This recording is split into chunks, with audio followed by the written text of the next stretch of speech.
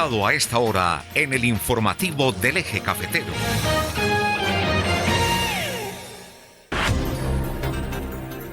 A las 7 de la mañana, 10 minutos, nuestro invitado a esta hora de la mañana es el ingeniero industrial y docente universitario Guillermo Rodríguez Cifuentes. Él es el gerente de planta de plásticos Sener. Guillermo, muy buenos días. Muy buenos días, Germán, oyentes, a Fermín y a todos. Lo hemos querido invitar en la mañana de hoy a propósito de la decisión del Gobierno Nacional y el Congreso de la República con respecto a la prohibición del manejo del plástico a partir del pasado domingo 7 de julio.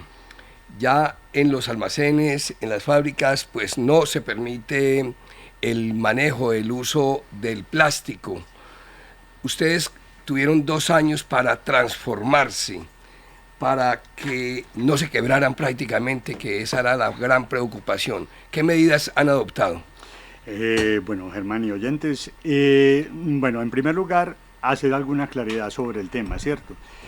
La ley de los plásticos de un solo uso lo que pretende inicialmente es fomentar culturas como la del reuso, el reciclaje, la sostenibilidad, ¿no? La prohibición pues produce unas buenas noticias, digamos, a nivel, digamos, de gobierno, ¿cierto? Cabe anotar que esta ley es del gobierno anterior, ¿no? Nosotros, las personas que trabajamos en el plástico, estamos tratando de difundir la información a toda la gente que no es que estén prohibidos los plásticos, hay 8 elementos de un solo uso que van a entrar a ser regulados, pero con alternativas industriales se pueden seguir ofreciendo utilizando materiales biodegradables 100% reciclados de la cadena nacional de plásticos y empleando alternativas donde las organizaciones demuestren que están haciendo una economía circular, ¿no? La economía circular se refiere a la responsabilidad del productor desde que llega la materia prima hasta que entrega su producto final. Los plastiqueros, cabe notar también que el gobierno tiene que analizar porque son aproximadamente 150.000 empleos a nivel nacional. 6.500 empresas están registradas en la Cámara Colombiana del Plástico. 6.500 empresas productoras de plástico. De algún tipo, o sea, que en el certificado de representación legal mencionan como actividad económica algo con empaques o relacionados con el plástico. Si usted parte de la base que son 150.000 empleos, más las personas dedicadas al reciclaje que con los subregistros que entendemos que puede haber en ese ramo, pueden ser 60, 70.000 personas, estamos hablando más o menos de 200 y pico mil personas que trabajan en el sector. Si multiplicamos a cada una de ellas por 3 o 4 personas que dependan económicamente de ellos, estamos hablando de cerca a 1 millón de personas.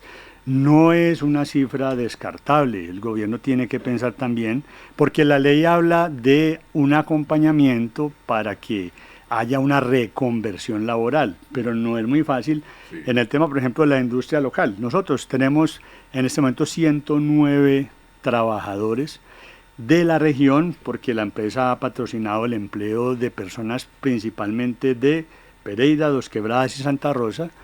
Es una empresa que tiene cerca de 47 años en el mercado, que ha producido empleo formal y de calidad en la región durante 47 años y que aparte de eso pues es una empresa formalizada que cotiza en riesgos, que hace los aportes, que paga los impuestos.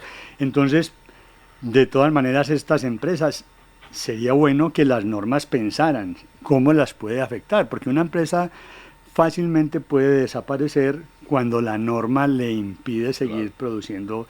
Entonces, ¿qué hacemos? Los ambientalistas, las personas que hablan de la contaminación, tienen toda la razón en que hay que cuidar el planeta. Nosotros no es que no estemos de acuerdo, ¿no? Lo que sucede es que el plástico es un elemento que produce mucha noticia, produce muchos votos y produce mucha, digamos, un buen nombre a los políticos que están trabajando pues, en la parte ambiental. ¿Cuál es la materia prima del plástico? Entonces, el plástico se produce, digamos, en el caso nuestro, de los empaques flexibles, se llama el polietileno. Del polietileno. Hay de baja, de alta densidad, hay polipropilenos, pero la cadena del plástico tiene muchos implementos. Las botellas de gaseosa, que eso se llama PET, poliestireno tereptalato, hay muchos empaques de todo tipo. ¿Qué dice la norma? Ojo, los productos de la canasta familiar se pueden seguir empacando en plástico.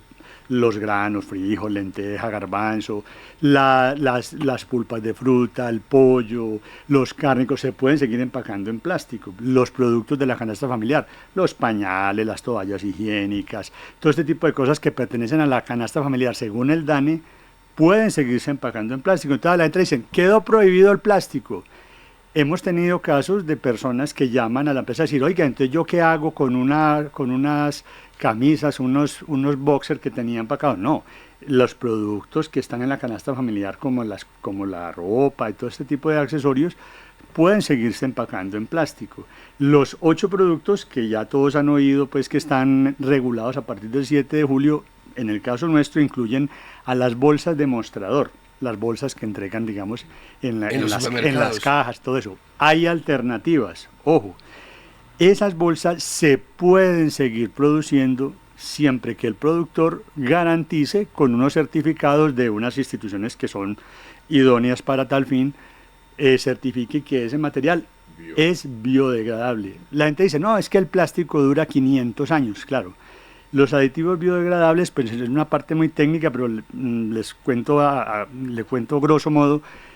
Los plásticos tienen la posibilidad de hacerles unos aditivos que lo vuelvan biodegradable en un plazo más corto, ¿cierto? ¿Y cuáles son esos aditivos? Son aditivos especializados que, entre otras cosas, el gobierno dice que cuando el productor los utilice tiene que dar la certificación a la persona a la que usted le provea ese empaque, ¿cierto? ¿Ese más o menos cuánto tiempo dura para biodegradarse? Entonces la norma dice que debe degradarse en un periodo de aproximadamente de 6 a 8 meses, debe degradarse en gran parte.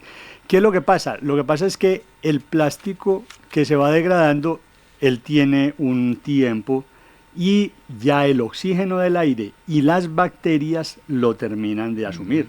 Sí. Inclusive hay unos aditivos que lo pueden volver biocompostable, que es ya para usted generar con eso, digamos, un material como tipo abono, ¿cierto?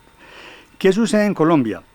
Resulta que en Colombia el problema no es la norma, el problema no es vamos a prohibirlo, sino cómo es la logística del Estado para manejar los residuos de todo tipo. En este momento en Colombia, a los operadores que entregan residuos en los rellenos les pagan, no sé si el doctor Germán conoce, por kilómetro y por tonelada, ¿cierto? Entonces, a la persona que trabaja con este tipo de residuos, pues no le interesa separarlos, porque a él le pagan es por lo que pese. Por lo que pese. Y por el kilometraje que haya del sitio donde lo recogen al sitio donde lo disponen. Entonces, ¿qué debería hacer, digamos, en un Estado que de verdad esté buscando el mejoramiento y la sostenibilidad ambiental? Cambiar esas políticas para incentivar que los operadores que recogen los residuos les interese la separación. Yo les pongo un ejemplo. En Sao Paulo, Brasil, la municipalidad tiene implementados a nivel, digamos, organizacional, en su actividad municipal, tiene metidos todos los temas de reciclaje y separación de residuos. O sea, hay plantas especializadas para separar el aluminio de las latas, de los envases, el vidrio, el plástico, el papel, el cartón. Entonces, si un Estado está interesado de verdad en disminuir la tasa de contaminantes que llegan a los ríos, a los rellenos, a los sitios, ¿cierto? Entonces es implementar políticas para incentivar la separación en la fuente, ¿cierto? Por ejemplo, nosotros, los que vivimos en conjuntos residenciales, hay estados y hay municipalidades que incentivan, ejemplo, que un conjunto residencial entregue separados sus residuos al operador, ¿cierto? y eso les baje un pequeño porcentaje o les en el pago, por ejemplo, de algún tipo de impuesto, bueno, el pago de los servicios públicos, ¿cierto?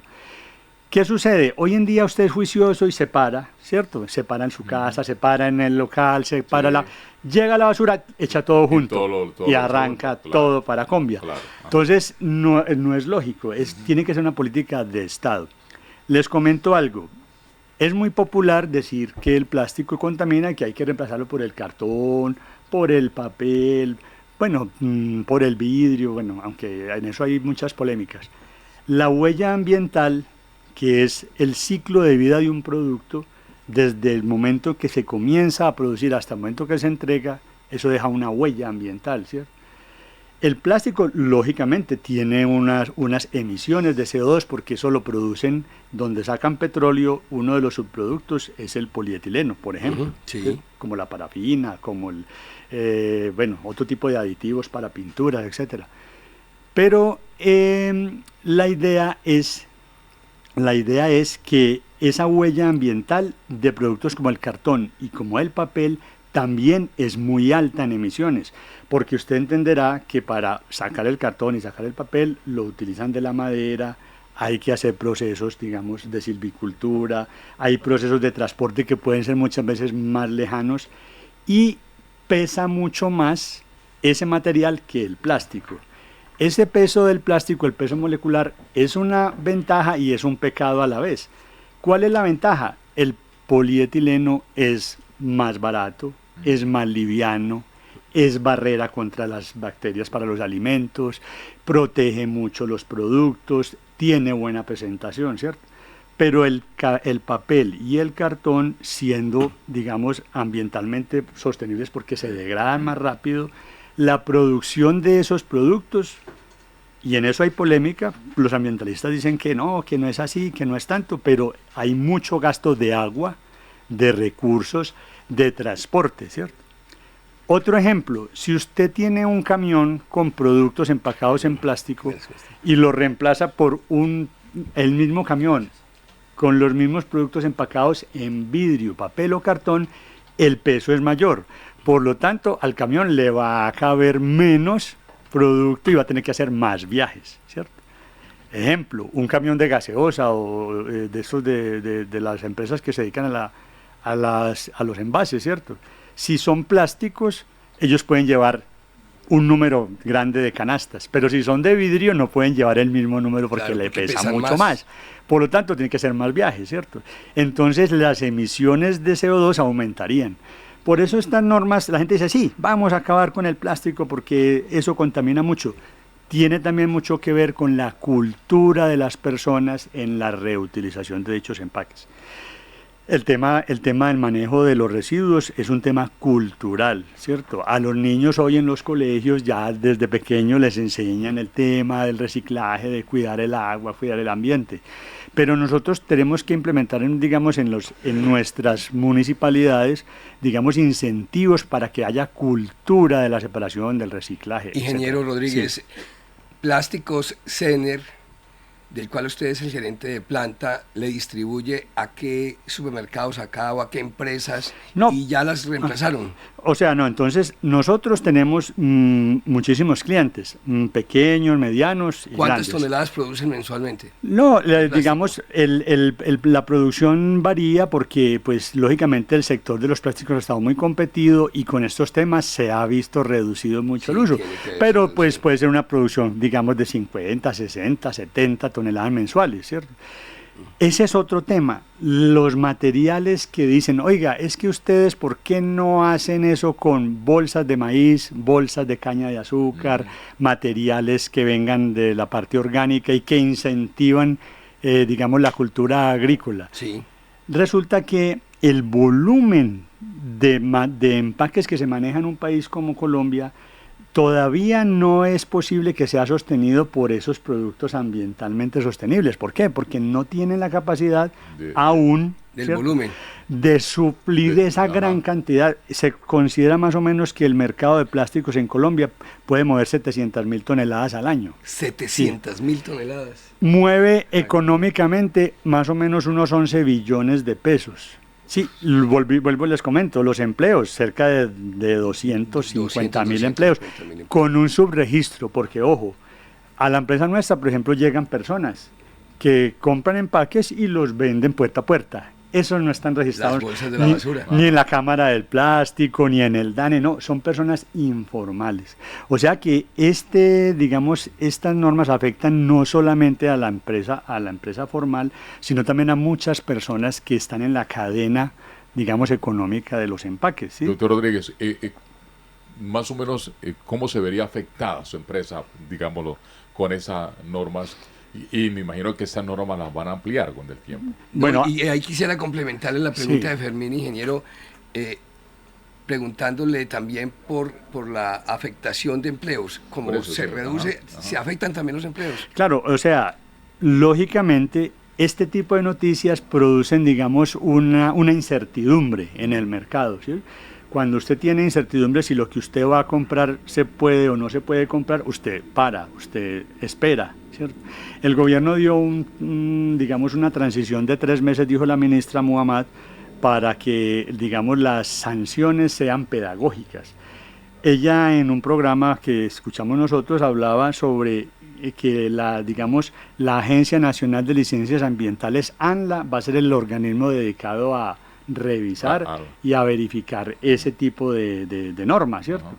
En este momento no tienen la logística para poder, digamos, desarrollar ese tipo de supervisión, digamos, local por local. Ellos van a empezar con los productores, ¿cierto? Verificando que los productores hagan de verdad uso de la norma, que es ¿cuál? Materiales biodegradables, materiales 100% reciclados de la cadena nacional, porque ojo, de países como Ecuador y Venezuela entra contrabando de empaques y de materias primas. Entonces, eso no es fácil. Se está incentivando de pronto la apertura de un mercado negro, ¿sí? Porque ¿quién va a controlar que una persona le esté vendiendo bolsas a alguien en otra parte sin registro? O sea, los grandes productores somos los que vamos a tener que demostrar con certificaciones, ¿sí? De organismos avalados internacionalmente para eso. ¿La afectación puede ser en qué porcentaje? No, la afectación puede ser muy grande porque... En términos económicos, por ejemplo. En términos económicos, por ejemplo, una empresa que tenga 100 empleos, si el mercado se reduce drásticamente, pues puede entrar a tener una reducción de planta de personal, lo cual... ¿Un 30%? 20%? O sea, digamos, inicialmente el volumen de ventas que se ha reducido en ese ramo de los empaques, digamos, de mostrador, ha sido en el orden de un 30-40% fácil. ¿Cuánto tiempo tuvieron ustedes para transformarse, que les dio el gobierno, la norma, la ley? Entonces, la norma dio 2 años, pero en los 2 años tenía un plazo de 18 meses para hacer la reglamentación de la norma. Ese plazo de la reglamentación vencía el 7 de julio pasado. Y la reglamentación la sacó el ministerio solamente la semana anterior a esa fecha. Como 10 días antes. Imagínense, los cogió de insofacto. Entonces todo el mundo estaba con la incertidumbre, ¿cierto? Todo el mundo estaba pensando, pero entonces ahora ¿cómo vamos a hacer? A ver, yo les traía aquí algunos daticos. Sí, hay señor. Países, por ejemplo, donde utilizan las basuras para producir energía, ¿sí? Como por ejemplo los países nórdicos, ¿sí? Suecia, Noruega, Dinamarca, utilizan las basuras no como relleno sanitario, sino como materia prima para producir energía eléctrica. Muy buena utilización. Sí, lo que pasa es que estamos muy lejos de esas infraestructuras. Estamos hablando de países desarrollados. Exactamente. Y nosotros, pero digamos que el Estado tiene una tendencia.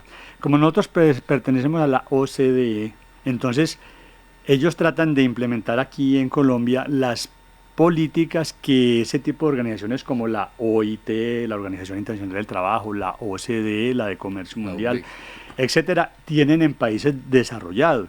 Pero entonces, en nuestros países todavía es muy difícil implementar eso desde que no haya una política de Estado referente a normas como, por ejemplo, el manejo de la gestión integral de los residuos, ¿sí? Cabe anotar que esta ley de los plásticos, uno oye en la calle, no, es que el plástico lo prohibieron. No, los productos médicos, los productos de construcción, todo eso sigue, porque usted dónde le van a pagar la masilla, el cemento, los aditivos. Permítame, aquí tengo precisamente los productos que no van a estar en circulación. Dice bolsas, puntos de pago utilizadas para embalar, cargar o transportar paquetes y mercancías, excepto aquellas reutilizables y de uso industrial. Bolsas utilizadas para embalar periódicos y revistas, publicidad y facturas, que en los supermercados están las revistas en bolsas. Bolsas utilizadas en lavanderías para empacar la ropa, o sea, ya le entregan a uno la camisita, pero sin la bolsa. Exacto. Rollos de bolsas vacías en superficies comerciales para embalar, cargar o transportar paquetes y mercancías o llevar alimentos a granel, excepto para los productos de origen animal crudos. Mezcladores de plástico, los palitos para mezclar el café. Pitillos para bebidas, soportes plásticos de copos de algodón o hisopos flexibles con puntas de algodón, los copitos, que le llamamos. Soportes plásticos para bombas de inflar. Aquí hay una ambivalencia porque prohíben el palito, pero no prohíben la bomba, que es creo que más contaminante que el mismo palito. Sin embargo, perdón, te interrumpo un momentico. Entonces, pero todos esos productos, ojo, si usted hablo del ramo mío, ¿no? Las bolsas y las bolsas de precorte. Si usted las produce con materiales biodegradables o 100% reciclados de la cadena nacional, se pueden seguir utilizando. O sea, no quedan prohibidos, sino queda prohibido la que no es biodegradable. Pero el correcto. Productor puede implementar eso. Y ustedes estamos en este momento ya estamos haciendo productos y tenemos inclusive pues muchas solicitudes de productos, pero algo que sucede es que como mucha gente está solicitando ese producto, el producto está escaso y está muy restringido, o sea, no está de fácil acceso. Comprar las toneladas que usted requiere, le venden, pero... Yo voy a una empresa como Mercamás, a un supermercado como Mercamás, a los que ustedes le distribuyen la bolsa. Ya hay una bolsa distinta. Sí, nosotros estamos produciendo bolsas ya son los primeros biodegradables que mandaron a producir la bolsa biodegradable. ¿Qué incremento, doctor Rodríguez, disculpe, tiene el producir precisamente esta materia biodegradable con relación al otro? Claro, porque tiene otros aditivos, eleva los costos. Muchas gracias por la pregunta. Eso es otra cosa que tiene que analizar el sector económico. La bolsa biodegradable puede tener un incremento aproximado pues, del 10%, 12%, pero la bolsa de papel puede ser 4 o 5 veces más costosa. Claro. O sea que eso también hay. Ustedes saben muy bien que el precio final de un producto, pues si al productor le suben los precios de sus empaques, pues él también tiene que, ¿cierto? O sea que eso tiene un componente inflacionario. El mensaje final, sí, señor. Doctor y oyentes y Fermín, el mensaje final es, los plásticos no están prohibidos. Lo que tenemos que migrar es a materiales biodegradables o 100% reciclados de la cadena nacional y se pueden seguir utilizando. Y la cultura nuestra y de las ciudades y de las familias y de los municipios es aprender a hacer la separación, propugnar porque haya, políticas de Estado en que incentiven eso. No que usted separe en la fuente y después todo vaya junto al relleno. No tiene lógica, ¿cierto? Entonces, ese es el mensaje final. Y tener mucho en cuenta que el sector de los plásticos produce empleo formal en la región. A nuestros jóvenes y personas de la región ha sido una empresa que 47 años... Plásticos Ener tiene ¿cuántos empleos? 109 en este momento y 47 años en el mercado. Entonces yo creo que es interesante tratar de... Había mandado yo a hacer todas en las campañas políticas de ese tiempo, ¿se acuerdan los pendones de plástico que poníamos en los postes y todo eso? Usted era un contaminante. Era un contaminante, no, pues sí, sumaba tantos. Bueno, para la próxima campaña, materiales biodegradables en los... Aquí el político campeón en ese tema de los pendones plásticos era Javier Meré.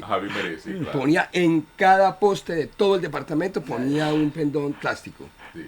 Le vamos a seguir vendiendo biodegradables. Biodegradable. Bueno. Al ingeniero Guillermo Rodríguez Cifuentes, gerente de la planta de plásticos Cener, además ingeniero industrial y profesor universitario, pues muchas gracias, ingeniero, por habernos ilustrado sobre este tema que está de moda sobre los plásticos. Hoy hemos aprendido realmente de plásticos. ¿Sabes qué? Yo estaba preocupado, pero ya el doctor, el ingeniero, me deja menos preocupado, porque es transformar. Sí, es transformar. Y transformarnos nosotros en la cultura. Claro. Bueno, muchas gracias. A usted muchas gracias. gracias A todos, muy amables. Son las 7 de la mañana, 35 minutos. Vamos al espacio comercial. Ya tenemos acá en cabina nuestro próximo invitado. Él es el señor alcalde de Santa Rosa de Cabal.